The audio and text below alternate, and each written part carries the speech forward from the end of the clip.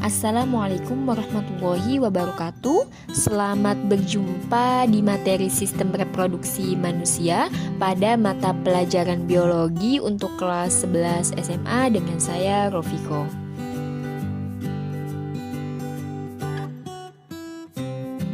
Nah, pada pertemuan pertama ini kita akan mempelajari tentang organ-organ reproduksi dan gametogenesis. Adapun tujuan pembelajaran pada pertemuan pertama ini yaitu diharapkan siswa mampu menjelaskan pengertian sistem reproduksi. Kedua, siswa mampu menjelaskan struktur jaringan penyusun organ-organ reproduksi dengan fungsinya pada sistem reproduksi pria dan wanita.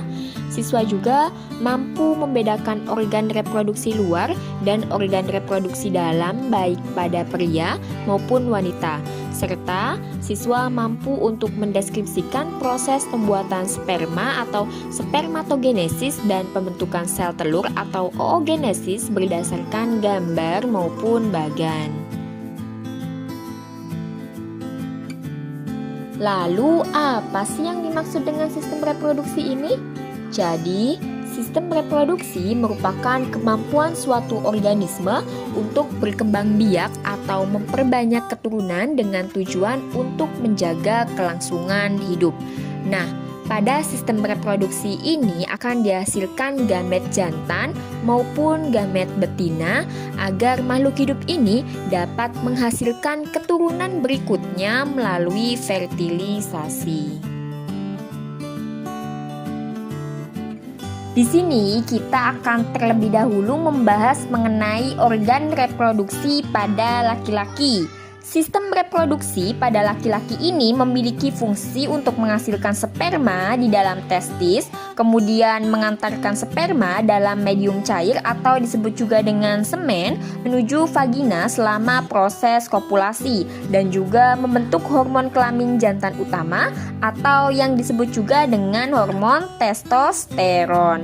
Nah, sistem reproduksi pada laki-laki ini akan mulai berfungsi atau bekerja pada awal masa remaja atau pada masa pubertas. Nah, organ reproduksi pada laki-laki ini dibedakan menjadi dua.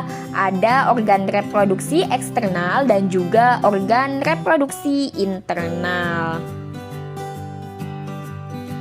Eksternal pada laki-laki atau organ reproduksi bagian luar terdiri dari skrotum dan juga penis. Skrotum atau yang biasa disebut juga dengan kantong pelir berupa kantong longgar dari kulit, fasia atau selaput pembungkus otot, dan otot polos yang membungkus testis di luar tubuh. Nah, skrotum ini berjumlah sepasang, dipisahkan oleh yang namanya septum internal. Setiap skrotum berisi satu testis. Fasia skrotum mengandung otot dartos yang mampu berkontraksi, membentuk kerutan sebagai respon terhadap udara dingin dan rangsangan seksual. Skrotum juga mengandung otot kremaster yang berfungsi untuk mengatur suhu lingkungan testis beberapa derajat lebih rendah daripada suhu tubuh. Yang kedua yaitu penis. Penis terdiri atas 3 bagian, yaitu ada akar, batang, dan juga glans penis atau kepala. Nah, penis ini berfungsi sebagai organ kopulasi serta pengeluaran urin dan juga semen. Kulit pada penis ini tipis dan tidak berambut kecuali pada bagian dekat akar. Nah, pada bagian akar penis ini memiliki 3 jaringan ereksi dan 2 otot. Sedangkan pada bagian batang penis ini terdiri atas 3 massa jaringan erektil silindris yang berongga-rongga dan banyak mengandung pembuluh darah, yaitu 2 korpus cavernosum dan 1 korpus spongiosum yang membungkus uretra. Nah, penis ini tersusun atas jaringan ikat berongga dengan sejumlah besar pembuluh darah kecil di dalamnya, serta dibungkus oleh kulit yang elastis. Jaringan ikat itu dinamakan jaringan erektil. Nah, bagian ujung penis melebar atau disebut juga dengan glans atau kepala. Nah, glans ini merupakan bagian yang sensitif atau peka dan dilindungi oleh kulit retrakil yang disebut juga dengan kulup. Nah, jika jaringan ikat berongga pada penis ini berisi darah, penis menjadi panjang dan kaku. Hal ini disebut juga dengan ereksi. Hanya pada saat ereksi, penis ini dapat masuk ke vagina untuk memasukkan semen yang mengandung spermatozoa. Organ reproduksi internal pada laki-laki atau organ reproduksi bagian dalam yang pertama yaitu ada testis atau buah zakar. Nah, testis ini merupakan sepasang organ lunak yang berbentuk oval dengan ukuran panjang sekitar 4-5 cm dan diameter 2,5 cm. Nah, setiap testis ini dilapisi oleh tunika albuginea, yaitu kapsul jaringan ikat yang merentang ke arah dalam membentuk sekitar 250 lobulus. Di dalam lobulus ini terdapat pintalan tubulus seminiferus sebagai tempat terjadinya spermatogenesis. Nah, di dalam tubulus seminiferus ini terdapat lapisan epitelium germinal yang mengandung sel-sel batang, sel-sel sertoli, dan sel-sel interstisial atau sel Leydig. Nah, sel sertoli ini berfungsi untuk menghasilkan hormon estrogen dan nutrisi sel sperma serta merangsang spermiasi. Sementara itu, sel Leydig ini berfungsi untuk menyekresikan hormon androgen yang terdiri dari testosteron dan juga dihidrotestosteron. Kemudian yang kedua yaitu ada epididymis. Epididymis ini merupakan saluran berkelok-kelok atau berliku-liku yang sangat panjang dengan panjang sekitar 4-6 meter terletak di sepanjang sisi belakang testis yang berfungsi untuk menyimpan sperma sekitar 6 mingguan hingga menjadi dewasa, motil, dan fertil. Yang ketiga yaitu ada vas deferens, di mana ia berupa saluran lurus kelanjutan dari epididymis yang meninggalkan skrotum hingga mencapai rongga perut melalui kanalis inguinalis menuju ke kantong semen atau vesikula seminalis. Fungsinya untuk apa? Berfungsi untuk menyalurkan sperma menuju kelenjar vesikula seminalis. Yang keempat yaitu ada kelenjar kelamin atau kelenjar aksesori yang meliputi vesikula seminalis, kelenjar prostat, dan kelenjar Cowper atau kelenjar bulbouretral. Yang pertama yaitu ada vesikula seminalis, di mana ia merupakan kantong berkelak-kelok yang bermuara ke dalam ductus ejaculatorius berukuran panjang sekitar 5 cm serta berfungsi untuk menghasilkan cairan kental bersifat basa yang kaya akan fruktosa untuk menutrisi dan melindungi sperma. Yang kedua yaitu ada kelenjar prostat. Kelenjar prostat ini terletak di bawah kandung kemih, menyelubungi uretra bagian atas, serta menghasilkan cairan basa menyerupai susu yang akan meningkatkan motilitas sperma pada pH optimum sekitar 6-6,5. Nah, yang ketiga yaitu ada kelenjar Cowper, merupakan kelenjar kecil dengan ukuran dan bentuk menyerupai kacang polong yang bermuara ke dalam uretra di penis, serta menghasilkan cairan bersifat basa yang mengandung mukus atau lendir untuk pelumasan. Yang kelima yaitu saluran ejakulasi. Saluran ejakulasi merupakan saluran pendek dengan pendek sekitar 2 cm yang menerima sperma dari vas deferens dan menyalurkan sekresi vesikula seminalis. Yang keenam yaitu ada uretra. Uretra merupakan saluran kelamin dari kantong semen dan merupakan saluran pengeluaran urin dari kandung kemih sampai ke ujung penis. Kemudian ada hormon kelamin pada laki-laki. Yang pertama yaitu ada hormon FSH. Hormon FSH ini berfungsi untuk menstimulasi spermatogenesis pada tubulus seminiferus dan sel Sertoli untuk menghasilkan hormon estrogen. Yang kedua itu ada hormon LH. Hormon LH ini berfungsi untuk menstimulasi sel Leydig menghasilkan testosteron. Nah, hormon FSH dan LH ini merupakan hormon yang dihasilkan oleh hipofisis anterior. Yang ketiga yaitu ada testosteron yang dihasilkan oleh sel Leydig yang berfungsi untuk memunculkan ciri-ciri kelamin sekunder pria, mengatur spermatogenesis dan spermiasi. Dan yang keempat yaitu ada hormon hipotalamus yaitu GnRH yang berfungsi untuk merangsang kelenjar hipofisis mengeluarkan LH dan FSH. Selain itu juga dapat mengatur mekanisme umpan balik negatif dalam sintesis dan sekresi testosteron. Selanjutnya yaitu mengenai organ-organ reproduksi pada wanita. Nah, sistem reproduksi pada wanita ini memiliki beberapa fungsi. Di antaranya yaitu untuk menghasilkan sel kelamin betina atau sel telur di dalam sepasang ovari atau ovarium dan mengantarkan ovum menuju oviduk atau saluran telur yaitu tempat terjadinya fertilisasi. Kemudian mempersiapkan dinding uterus untuk penempelan dan perkembangan embrio serta menghasilkan hormon kelamin betina utama yaitu hormon estrogen.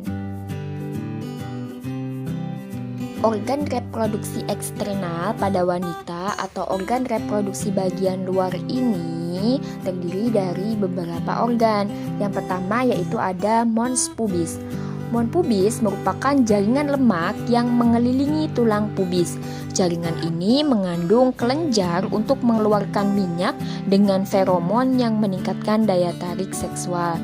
Selanjutnya ada labia mayor. Labia mayor merupakan pintu gerbang yang melindungi organ reproduksi wanita bagian luar lainnya. Nah, sesuai namanya, labia mayor, organ ini berukuran besar. Pada labia mayor terdapat kelenjar keringat dan sebaceus yang memproduksi cairan lubrikasi. Nah, saat seorang perempuan memasuki masa pubertas, labia mayor ini akan mulai ditumbuhi oleh rambut kemaluan. Kemudian ada labia minor. Nah, labia minor terletak di sebelah dalam labia mayor dan mengelilingi pembukaan vagina serta uretra atau saluran yang membawa urin dari kandung kemih keluar tubuh. Nah, bentuk dan ukuran organ reproduksi wanita ini dapat berbeda pada setiap individu. Permukaannya pun sangat rapuh dan sensitif, sehingga membuatnya ini mudah mengalami iritasi dan pembekakan. Kemudian ada klitoris. Nah, labia minor sisi kiri dan kanan bertemu di tengah atas, yaitu pada klitoris. Klitoris sendiri merupakan benjolan kecil yang sangat sensitif terhadap perangsangan karena memiliki ratusan ribu ujung saraf. Bagian ini merupakan bagian yang paling sensitif pada organ reproduksi wanita, bahkan di seluruh tubuh wanita. Nah, klitoris ini ditutupi oleh lipatan kulit yang dinamakan dengan prepus. Seperti halnya penis, klitoris juga dapat mengalami ereksi ketika dirangsang. Kemudian ada himen atau selaput darah yang merupakan selaput yang melindungi vagina dan mengandung banyak pembuluh darah. Organ reproduksi internal pada wanita atau organ bagian dalam yang pertama yaitu ada ovarium atau indung telur. Nah, ovarium ini berjumlah sepasang yang terletak di rongga pelvis atau panggul serta memiliki bentuk seperti buah kenari dengan ukuran panjang sekitar 3-5 cm dengan lebar sekitar 2-3 cm dan tebal 1 cm. Nah, ovarium ini memiliki fungsi sebagai tempat oogenesis serta menghasilkan hormon estrogen dan progesteron. Nah, saat lahir, 2 ovarium yang ada di tubuh manusia ini memiliki sekitar 700.000 oosit atau telur yang belum matang. Lalu, saat masuk usia pubertas, sel-sel telur ini kemudian akan memulai proses pematangan dan kurang lebih setiap 1 bulan sekali akan mengeluarkan sel-sel telur yang sudah matang ke rahim. Proses ini yang disebut sebagai ovulasi dan yang akan memungkinkan terjadinya kehamilan. Kemudian yang kedua ada fimbriae. Fimbriae atau jumbai yang menangkap ovum dari ovarium menuju pangkal oviduk yang disebut juga dengan infundibulum. Kemudian yang ketiga ada oviduk atau tuba Fallopi. Nah, tuba Fallopi ini berjumlah sepasang dengan ukuran panjang 10 cm dengan diameter 0,7 cm. Nah, tuba Fallopi ini berfungsi sebagai jalan yang dilalui oleh sel telur untuk berpindah dari ovarium ke rahim. Tuba Fallopi juga merupakan tempat terjadinya pembuahan. Setelah pembuahan terjadi, sel telur yang telah dibuahi kemudian bergerak menuju rahim untuk ditanamkan di dinding rahim. Nah, kemudian yaitu ada organ uterus atau rahim yang merupakan suatu ruang kosong atau organ tunggal berongga yang memiliki bentuk seperti buah pir dan berfungsi sebagai tempat berkembangnya janin. Uterus ini terletak di antara kandung kemih dan rektum. Uterus sendiri terdiri dari otot-otot dan lapisan yang disebut juga dengan endometrium yang akan menebal di setiap siklus menstruasi untuk mempersiapkan diri menghadapi kemungkinan kehamilan.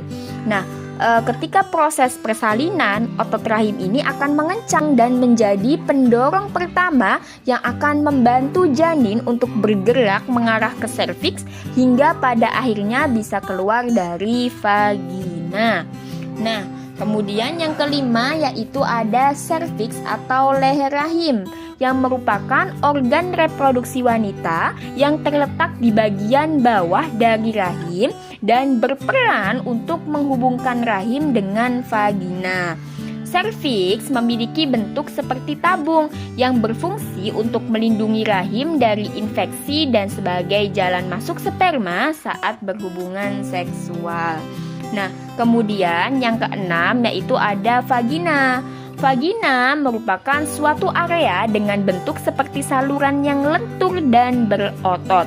Vagina terletak di antara uretra dan rektum atau anus dengan panjang sekitar 7,5 sampai 10 cm. Nah, bagian atas vagina ini terhubung dengan serviks, sementara itu bagian bawahnya terbuka ke arah luar. Saat seorang perempuan melakukan hubungan seksual, vagina ini akan merenggang, melebar, dan dipenuhi oleh aliran darah sebagai persiapan dari penetrasi. Vagina juga merupakan saluran tempat keluarnya lendir serviks dan darah menstruasi. Saat proses persalinan, bayi akan keluar dari uterus menuju ke saluran vagina. Hormon kelamin pada wanita diantaranya yaitu ada hormon FSH yang berfungsi untuk mengatur perkembangan folikel primer sampai menjadi folikel de Graaff pada ovarium. Kemudian ada hormon LH yang berfungsi untuk mengubah folikel the graft menjadi corpus luteum dan menstimulasi ovulasi. Hormon FSH dan LH ini dihasilkan oleh hipofisis anterior. Kemudian ada hormon estrogen yang dihasilkan oleh folikel the graft yang berfungsi untuk memunculkan ciri kelamin sekunder pada wanita dan menebalkan endometrium. Kemudian hormon progesteron yang dihasilkan oleh corpus luteum yang berfungsi untuk mempertahankan endometrium untuk mempersiapkan kehamilan. Selanjutnya, kita akan membahas mengenai gametogenesis. Apa sih yang terlintas di benak kalian ketika mendengar kata atau istilah dari proses gametogenesis? Nah, kalau dirasa asing dengan kata tersebut, mari kita bagi kata tersebut menjadi dua bagian. Gametogenesis, yaitu ada gamet dan genesis. Masih bingung juga? Oke, kita ganti dengan kata lain, yaitu pakai gonad dan gamet. Nah, gonad ini merupakan organ reproduksi yang menghasilkan sel kelamin. Kalau gonadnya testis, maka gametnya adalah sperma. Kalau gonadnya ini ovarium, maka gametnya adalah ovum. Nah, secara garis besar, fungsi dari gametogenesis ini yaitu untuk menghasilkan sel sperma dan juga ovum. Nah, maka dalam pembahasan gametogenesis ini, kita tidak akan terlepas dari kata spermatogenesis dan oogenesis. Jadi, gametogenesis ini merupakan peristiwa pembentukan gamet-gamet atau sel-sel kelamin. Nah, pembentukan gamet jantan disebut dengan spermatogenesis, sedangkan pembentukan gamet betina disebut juga dengan oogenesis. Proses spermatogenesis. Spermatogenesis sendiri merupakan pembentukan sperma, di mana proses terjadinya ini ada di dalam testis, tepatnya yaitu pada tubulus seminiferus. Nah, untuk pematangan spermatozoanya ini beda lagi ya. Pematangan spermatozoa terjadi di dalam epididymis. Nah, kalian bisa lihat proses spermatogenesisnya ini pada gambar ya. Nah, pada pria, sel germinal yang belum matang atau spermatogonium ini diproduksi di testis. Saat pria pubertas, sel tersebut akan diubah menjadi sperma melalui proses spermatogenesis. Nah, spermatogonium ini merupakan sel diploid yang mengalami pembelahan mitosis dan jumlahnya bertambah. Masuk ke siklus selanjutnya, yaitu spermatosit primer. Spermatosit primer mengalami pembelahan meiosis 1 dan menghasilkan sel haploid spermatosit sekunder. Kemudian, spermatosit sekunder akan mengalami meiosis 2 dan menghasilkan spermatid. Spermatid ini akan melalui proses spermiogenesis untuk berubah menjadi sperma. Nah, disinilah hormon seperti GnRH, LH, FSH, dan androgen berperan sebagai perangsang dalam proses spermatogenesis. Jadi, kalau kita perhatikan lagi, maka dari satu spermatogonium akan menghasilkan 4 sperma haploid yang fungsional. Selanjutnya, di sini ada gambar dari struktur sel sperma. Sebuah sperma terdiri atas bagian kepala, bagian tengah, dan bagian ekor. Bagian kepala mengandung nukleus. Di bagian ujung kepala terdapat akrosom yang terbentuk dari badan Golgi. Nah, akrosom ini berfungsi untuk membentuk enzim hidrolisis yang membantu sperma untuk menembus ovum.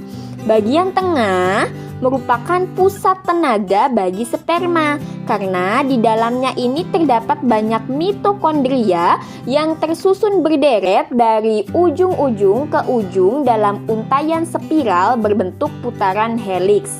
Nah, Mitokondria ini berfungsi menghasilkan energi dalam bentuk ATP untuk pergerakan sperma.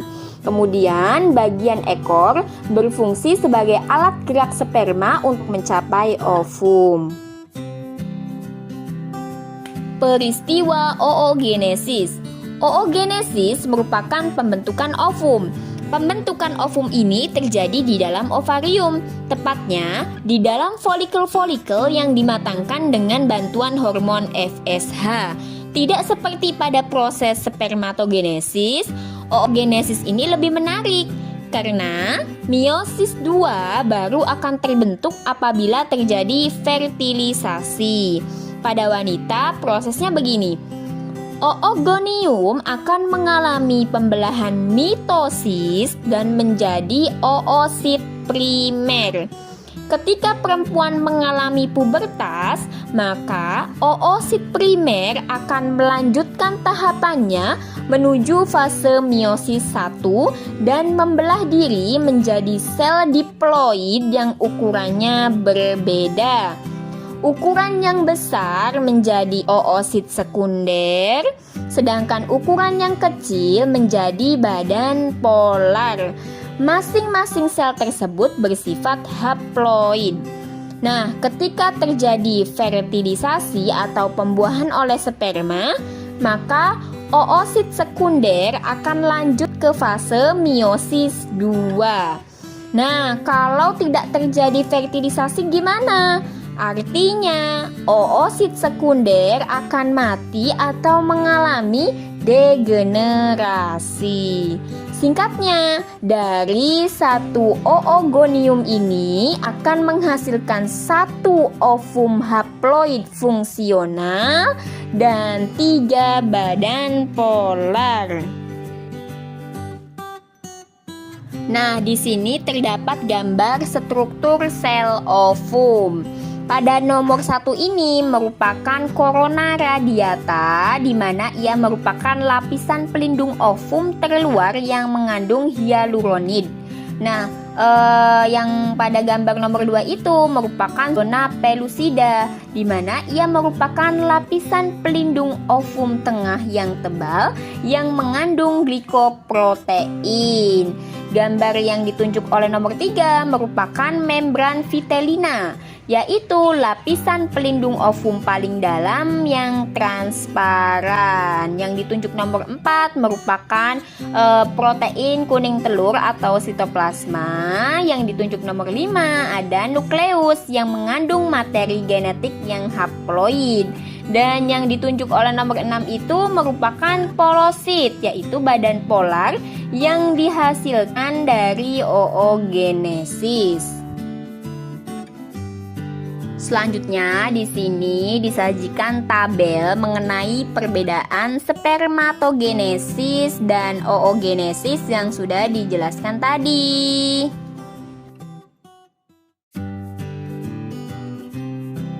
Cukup sekian penjelasan materi sistem reproduksi pada pertemuan pertama ini. Semoga dapat dipahami. Sampai berjumpa pada pertemuan berikutnya. Terima kasih. Wassalamualaikum warahmatullahi wabarakatuh.